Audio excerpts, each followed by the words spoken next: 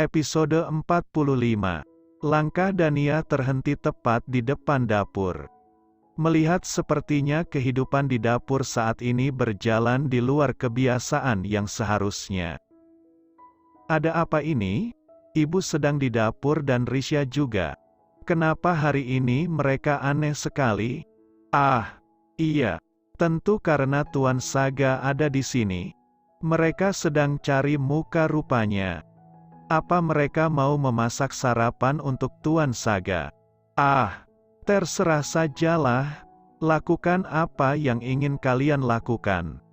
Aku mau ambil minum dan sedikit membantu saja. Nia, kenapa sudah bangun?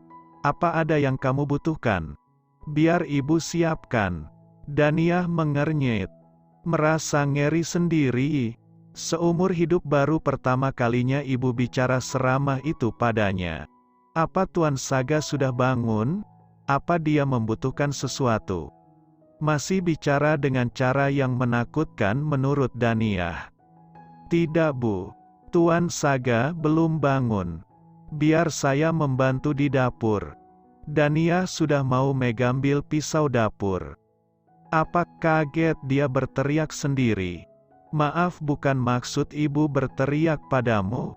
Masuklah ke kamar dan istirahatlah. Temani Tuan Saga saja. Ibu menepuk bahu Dania lembut. Sorot matanya sekaligus memohon. Pergilah, jangan membuat kami dalam masalah, begitu arti sorot matanya. Ibu benar. Kak Nia istirahat saja. Apa, Kak Nia? Sejak kapan bocah ini memanggilku sesopan ini? Tunggu, kenapa mereka aneh sekali sih? Apa kalian salah minum obat semalam? Dania mengedarkan pandangan menyapu ruangan. Tengkuknya merinding. Ia merasakan aura kegelapan. Tentu saja, di ujung ruangan itu, dia sedang duduk sambil bekerja dengan laptopnya. Ada secangkir gelas di sampingnya. Dia memang tidak memandang ke arah dapur atau terlihat mendengarkan pembicaraan. Tapi keberadaannya sudah pasti mengintimidasi semua penghuni rumah ini. Apa karena dia? Dua orang ini jadi berubah sikap padaku. Walaupun sedang tidak ada Tuan Saga sekalipun. Baiklah, saya permisi Bu. Karena tetap tidak diizinkan membantu, akhirnya Dania menyingkir secara sukarela. Iya Nia, istirahatlah. Ibu tersenyum. Dania meninggalkan ibu dan Risha keluar dari dapur. Berjalan mendekati sekretaris Han. Dia masih sibuk dengan pekerjaannya. Dia meraih gelas. Lalu minum dan meletakkannya lagi. Apa itu? Kenapa gaya minumnya keren begitu? Lagi syuting iklan. Dania batuk kecil di depan sekretaris Han. Laki-laki itu mendongak dari layar laptopnya. Dia bangun dari duduk. Menganggukkan kepala sopan. Selamat pagi Nona. Ada yang bisa saya bantu? Tanyanya sambil menutup layar laptop. Karena dia melihat Dania memiringkan kepalanya mau mengintip apa yang dia kerjakan. Haha, ternyata dia sadar aku mau mengintip. Peka sekali Anda. Anda pasti sedang sibuk bekerja di akhir pekan ya? Apa Anda tidak pulang ke rumah Anda? Oh ya, Anda punya rumah kan? Anda tidak tinggal di rumah Tuan Saga kan? Dipikir-pikir benar juga. Aku bahkan tidak tahu setelah dia bekerja dia bernafas nggak ya? Apa yang dia lakukan setelah melepas tanggung jawab melayani Tuan Saga padaku kalau sudah di rumah? Maaf Nona, saya tidak bisa menjawab pertanyaan pribadi tentang saya. Apa, kenapa dia selalu dalam kondisi fokus sih? Padahal kupikir tadi dia akan terjebak dengan pertanyaanku. Tapi, terima kasih atas perhatian Anda. Saya hidup dengan nyaman selama ini. Apalagi kalau Anda bersikap sebagaimana mestinya dan tidak menimbulkan masalah. Apalagi si orang ini, bicara semaunya persis seperti majikannya. Tapi, bisakah Anda tidak duduk di sini, Sekretaris Han? Kenapa Anda tidak kembali ke kamar Anda dan bekerja di sana? Anda mengganggu di sini. Dania kembali tersadar tujuannya menyapa laki-laki di hadapannya ini. Saya tidak melakukan apapun, Nona. Menjawab enteng menunjuk laptopnya. Saya hanya duduk. Aura kegelapan yang muncul dari dirimu, yang bisa meledak kapanpun, telah mengintimidasi keluargaku tahu. Ibu dan Risha jadi menakutkan begitu sikapnya. Itu karena Anda di sini kan, Sekretaris Han? Mereka jadi tidak berkutik. Mereka jadi bersikap sangat baik padaku. Aku sampai diusir dari dapur. Padahal biasanya Risha menarikku untuk membuatku ikut mengerjakan pekerjaan rumah. Tapi sepertinya keluarga saya terganggu. Dania menunjuk ibu dan Risha yang memandang dari kejauhan. Lihat, mereka ketakutan melihat Anda. Padahal saya tidak melakukan apa-apa. Tersenyum tipis sambil melihat dapur. Itu karena Anda memang menakutkan. Belum sadar juga.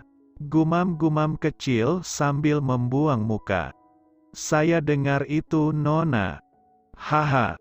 Sebaiknya Anda minum minuman sehat, Sekretaris Han, kalau pagi. Minum jus buah, jangan kopi. Supaya lambung Anda sehat. Haha. Baiklah, saya mau menyiapkan sarapan untuk Tuan Saga saja. Tapi kalau Anda tidak mau kembali ke kamar, bisakah pindah ke ruang tamu?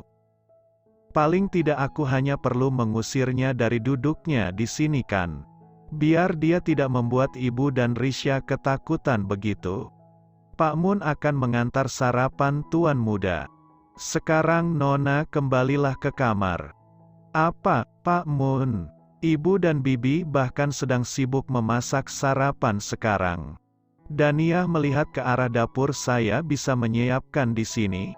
Ibu juga sedang memasak di dapur. Tuan Muda tidak suka makan makanan yang dimasak sembarang orang. Lagi-lagi sang raja berulah dan pelayannya jauh lebih bertingkah karena sedikit pun tidak pernah membantah. Apa perlu saya mengantar Anda ke kamar, Nona? Sepertinya Han sudah mulai kesal. Dia ingin segera menyelesaikan pekerjaannya. Tidak, saya bisa sendiri. Dania mendengus sebal. Tahu dia sudah diusir. Baiklah. Selamat istirahat. Menganggukkan kepalanya hormat. Ini sudah pagi. Memang siapa yang mau tidur lagi? Menatap kesal sambil berlalu. Dania menghentikan langkah menuju kamarnya. Dia kembali ke dapur bicara pada ibu. Maaf Bu, ibu tidak perlu menyiapkan sarapan untuk Tuan Saga. Bicara langsung saja, begini pikirnya. Kenapa? Ibu merasa khawatir karena takut Tuan Saga tidak nyaman. Pelayan Tuan Saga akan mengirimkan makanan nanti. Apa, padahal ibu sudah bangun sepagi ini untuk memasak sarapan? Ibu memegang tangan Risha. Gadis itu tersadar telah melakukan kesalahan lagi. Risha, hentikan. Minta maaf pada kakakmu. Risha menggigit bibirnya keluh. Menatap Sekretaris Han yang duduk di kursinya. Pandangan mereka bertemu. Gadis itu gemetar. Maaf, Kak Niah. Maafkan aku. Mengatupkan kedua tangannya ke depan wajah. Kembalilah ke kamarmu. Tuan Saga mungkin membutuhkanmu. Baik Bu. Benarkan. Ini karena kamu duduk di sana kan? Ibu dan Risha jadi bersikap seaneh itu. Tidak usah tersenyum begitu. Semakin membuat ibu dan Risha ketakutan tahu. Saat Dania masuk ke dalam kamar, bersamaan Saga keluar dari kamar mandi. Dia sedang mengeringkan rambutnya dengan handuk. Lagi-lagi bertelanjang dada. Naik, katanya tegas. Apa, naik? tidak kalah kaget menjawab, "Mau apa lagi dia? Tunggu, kenapa kamu naik lagi ke tempat tidur? Mau apa lagi sekarang? Tidak lihat matahari di luar jendela itu?" Saga sudah duduk bersandar di tempat tidur, menepuk ruang kosong di sebelahnya. Artinya menyuruh Daniyah duduk di sana. "Sayang, apa yang mau Anda lakukan? Bukankah saatnya bangun? Ini sudah pagi." Daniyah menunjuk jendela kamar. "Tidur. Memang mau melakukan apa di akhir pekan? Aku hanya ingin bermalas-malasan hari ini." Saga menjatuhkan diri, sudah berbaring di tempat tidur, masih menepuk kasur di sampingnya. Kenapa kau mau bermalas-malasan saat di rumahku begini? Biasanya juga akhir pekan kadang kamu kan pergi bekerja juga." "Naik." Saga melemparkan handuk kecil di tangannya, mendarat di tubuh Daniyah, membuat gadis itu refleks langsung bergerak naik ke tempat tidur. "Kau belum membayarku dengan benar kan? Apa, lalu malam tadi apa? Bukankah semalam saya sudah..." Sambil menutup wajah dengan tangan, malu meneruskan kalimatnya. "Semalam, itu hukuman karena berhenti memijatku dan mengoceh kemana-mana di balik punggungku." "Sial, benar-benar mendengar berarti. Jadi kamu pura-pura tidur kan? Aku sudah memberi ayahmu hadiah istimewa semalam di hari ulang tahunnya. Sekarang saatnya kamu berterima kasih kan? Apa, memang kamu memberi apa pada ayahku? Aku bahkan tidak melihatmu memberi kado apa-apa. Selain kemunculanmu yang dramatis itu. Tunggu. Kamu tidak sedang berpikir kalau kedatanganmu itu hadiah istimewa untuk ayah kan? Walaupun itu benar, tapi kenapa terasa menggelikan begini sih? Aku bahkan datang ke pesta orang tuamu, meladeni keluargamu bicara. Apa itu semua tidak kamu anggap hutang yang harus kamu bayar? Benar, itu berkah untuk rakyat jelata seperti kami. Ayah bisa sangat bangga dan membusungkan dada dengan kedatanganmu.